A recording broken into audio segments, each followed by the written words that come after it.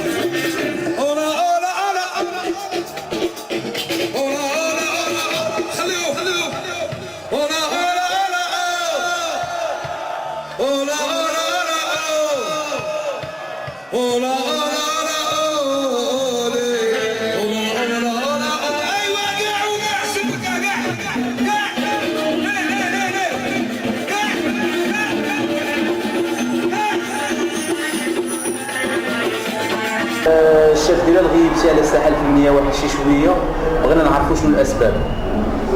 نعم غيبت هذه واحد المده ديال تقريبا عام ونص. هذه عام ونص هي بين الاسباب ديالها. بعدا كنت ديجا كنت اعتزلت الموسيقى، الظروف الشخصيه والحمد لله دازت هذيك الظروف اللي كان سبق لي انني قلتها، اللي كان توفى لي الابن ديالي وتوفى الاب ديالي واعتزلت. من بعد الجمهور والصحافه والناس اللي متبعيني واللي فان وهذه هما اللي شجعوني باش نولي الميدان. ودابا حاليا بديت الديبار ديالي من موازين حاليا الان. دابا اون ديبار ان شاء الله. نعم، بالنسبه للاعمال المستقبليه والجديد ديالك شنو يمكن لك تقول للجمهور ديالك؟ دابا حاليا عندي واحد 3 سينجلات اللي حطيتهم دابا حاليا في الاسواق اللي تيراجعوا في مواقع التواصل الاجتماعي.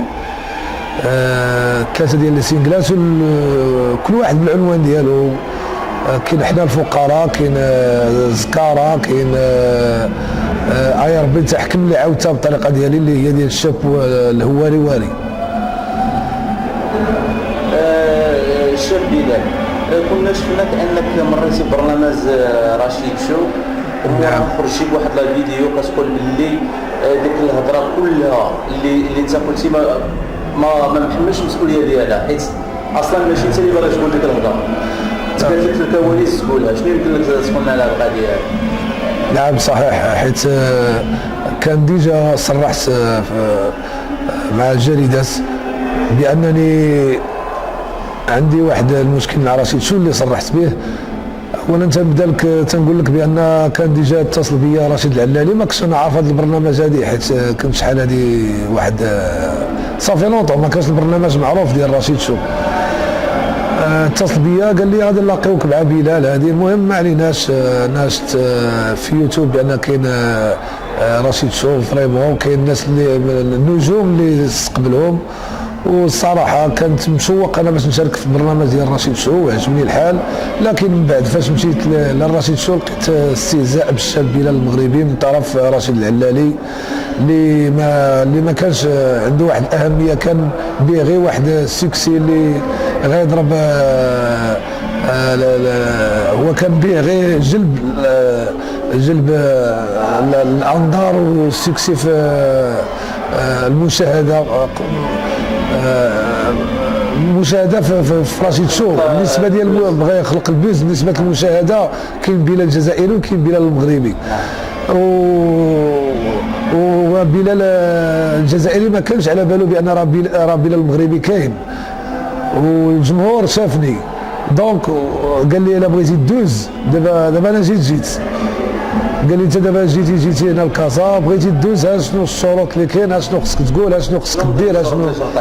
قال لك سيدي اول حاجه قال لك خصك تستقبل بلال وتبوس له كتفو. فهمتي ولا لا؟ قال لي خصك تبوس له كتفو كانه زعما استاذ ديالك. قلت انا معليش انا تنبوس الكتف ديال الاب ديالي ديال الاخ ديالي ديال الصديق ديالي معليش. المهم دازت هذيك. قال لي عاوتاني غادي كان واحد الشرط الثاني انك تقول على وجه السكه دوز تران، هذه راه معروفه الهضره ديالو هذه. قال لي عاوتاني قال لي قول بوجه بلال انا خدام وبالستيل ديالو انا خدام، وهذا الكلام كاع كامل اللي ترغم عليا. علاش؟ انا الجمهور شافني ما قلتش انا نخسر الصلاه نخسر البرنامج، صافي شافني غادي جيت لكازا غنقول هذاك الشيء اللي قال لي راشد العلالي. وقلت انا زعما راه عاديه ما من بعد لقيت الجمهور ما عجبوش الحال بان بحال اللي استغريت بحال اللي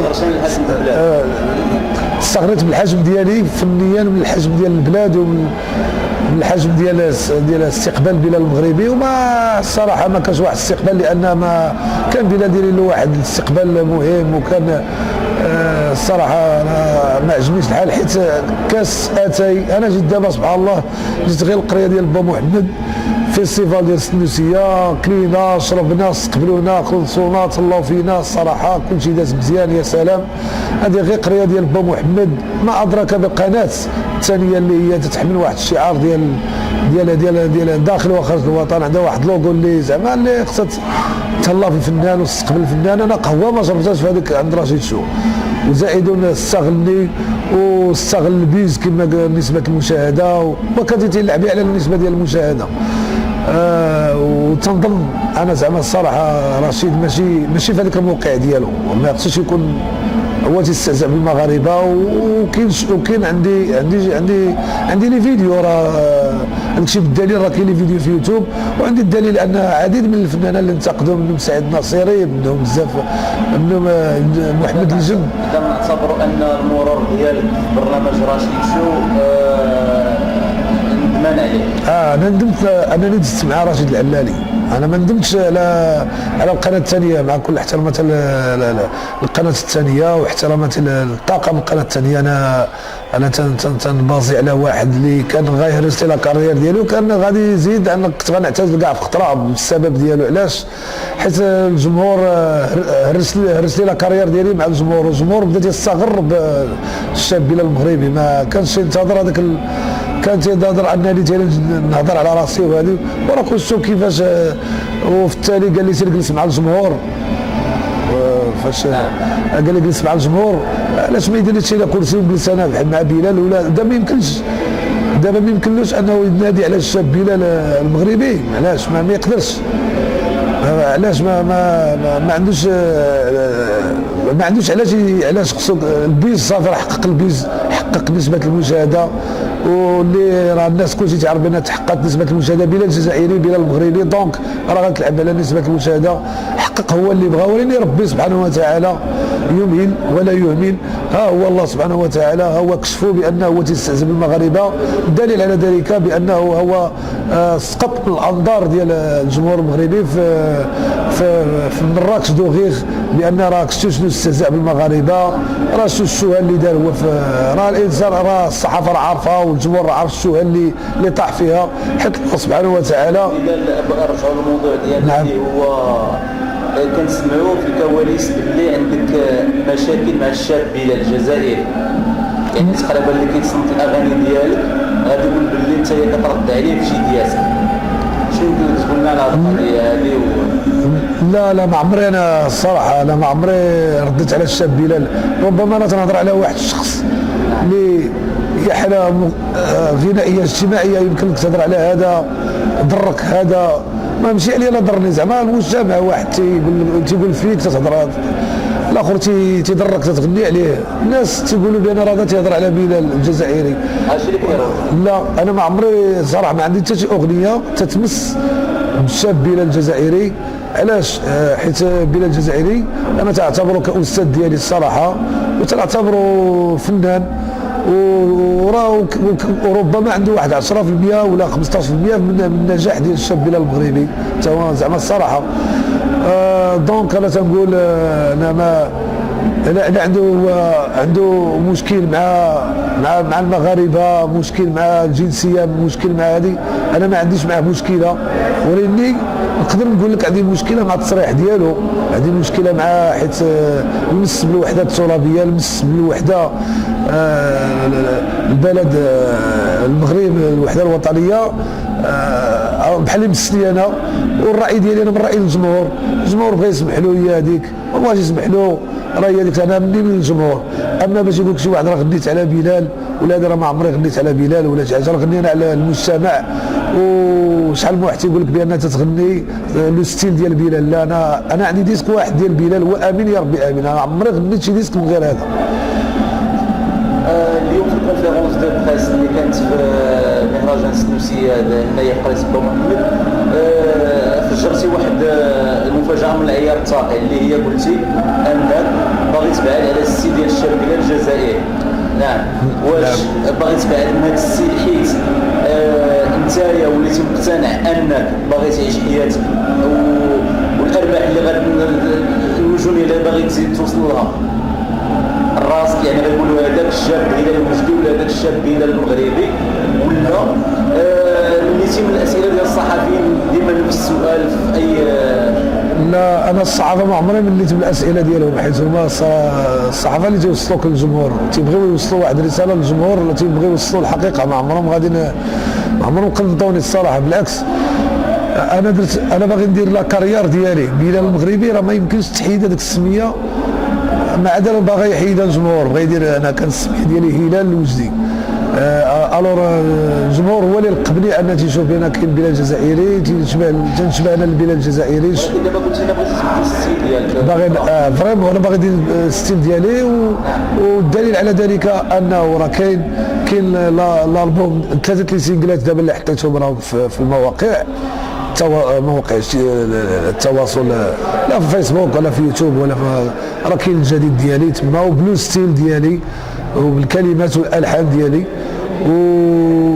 واللي تيقول لك تقرع بحال بلال ما بقيتش نقرع. الدليل على ذلك راني هانس الشعر ديالي هو هذا. الكاسكيطه يمكن لي نخدم بها، راه غنخدم بالكاسكيطه حيت انا ولفت الكاسكيطه من الصغر ديالي. اما باش نولي نقرع صافي هذه الديغ غنمو ما نقدرش الصراحه. انا بغيت ندوز في الشارع يقول لك هذا راه بلال المغربي، بغيت نطلع الصحراء يقول هذا ما بغيتش انا نتخالط. انا بغيت الناس كيشوفوا كيحكموا يقولوا بلال هذا بلال المغربي هذا. وبالنسبه شنو اخر كلمه يمكن لك تقولها لنا على المهرجان اللي انت غنيتي فيه اليوم والجمهور والمنظمين؟